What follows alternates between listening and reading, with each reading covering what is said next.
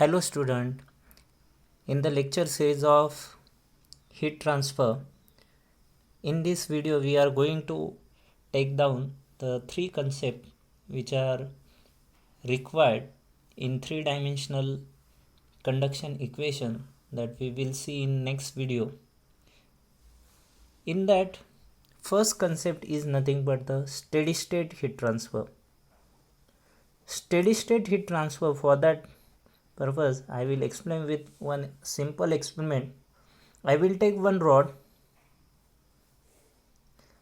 and I am heated one end of the rod with the help of burner with constant heat. Let's say this heat is in 20 watt.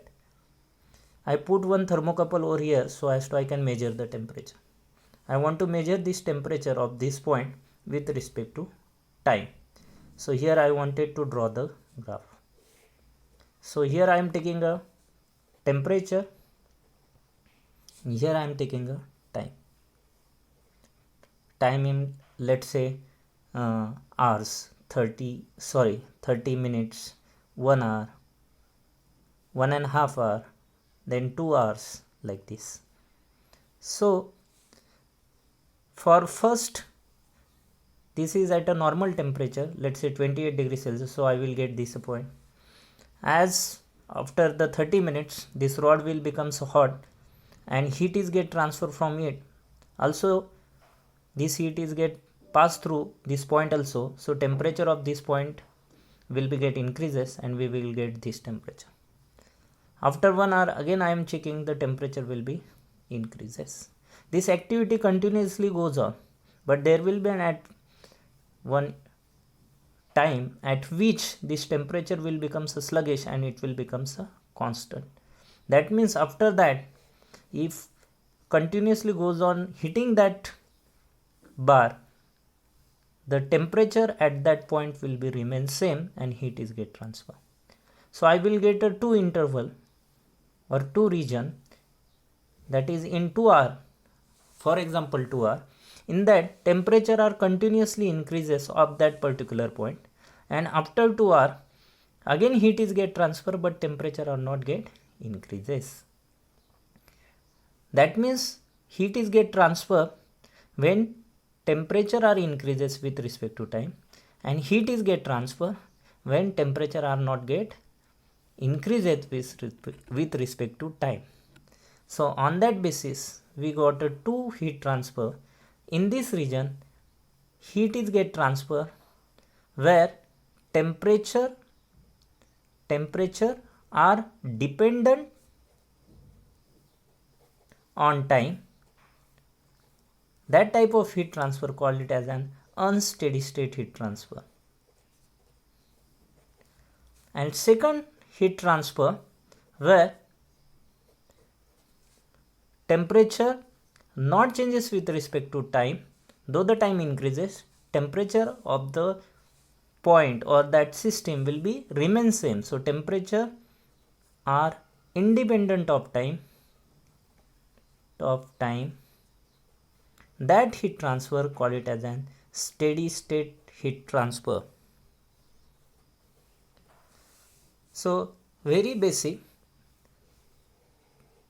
when the heat is get transfer, initially also heat is get transferred through this point, but at the time temperature are changes with respect to time, and after a certain time, that may be 2 hour, 3 hour, whatever may be, after that also heat is get transferred through this point, but at that time temperature is remains same. So when the temperature are not changes with respect to time, that type of heat transfer is known as an steady state heat transfer.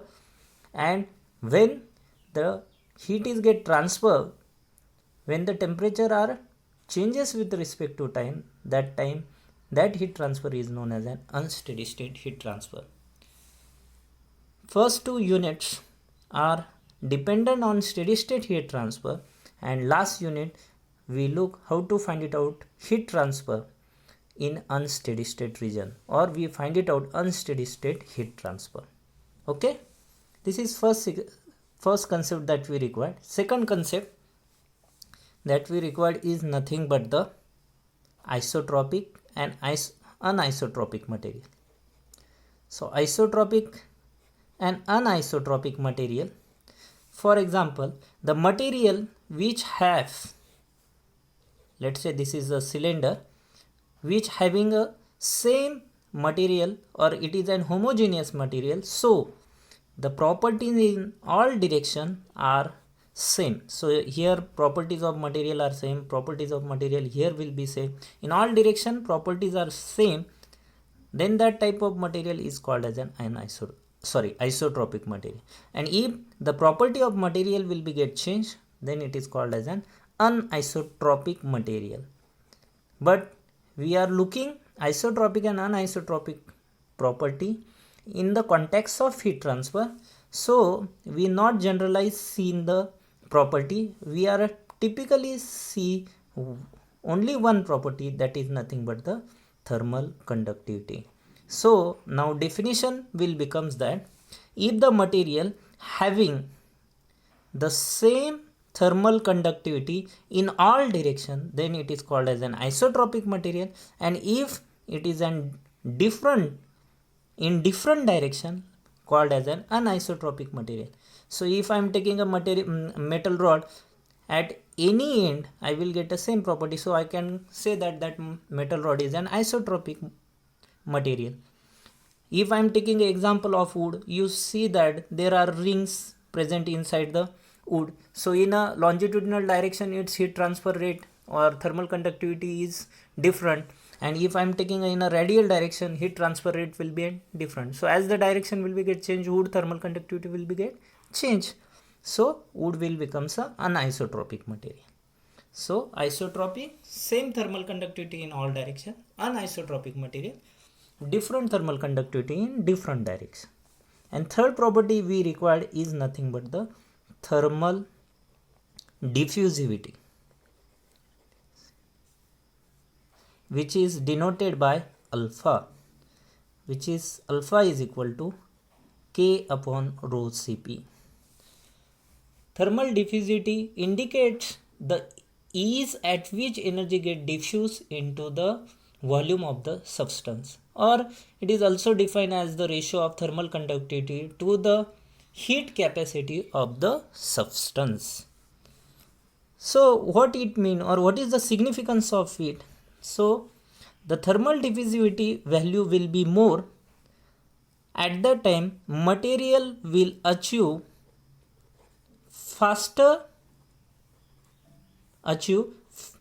the faster new thermal equilibrium condition,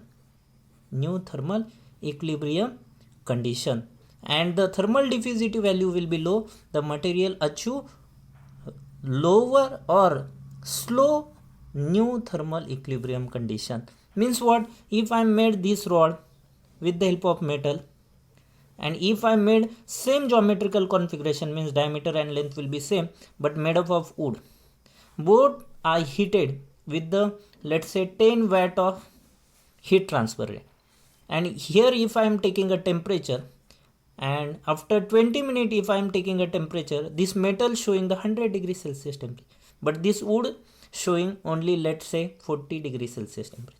So geometrical configuration are same, only whatever amount of heat we transfer, that is also same, but we will have a two different temperature. That means it will be achieve new thermal equilibrium condition at a faster rate than the wood.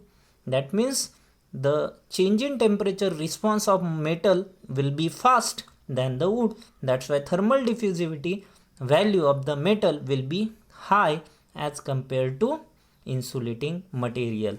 That means thermal diffusivity value indicate how fastly that material will be get heated or cool. If it will be get fastly cool or fastly heated when we supply the heat, then that material having higher thermal diffusivity value. And if it is heated or it is showing the sluggish response to change in temperature when we heated that material, then that material having low thermal diffusivity value. These are the three concepts we require in next video. Thank you.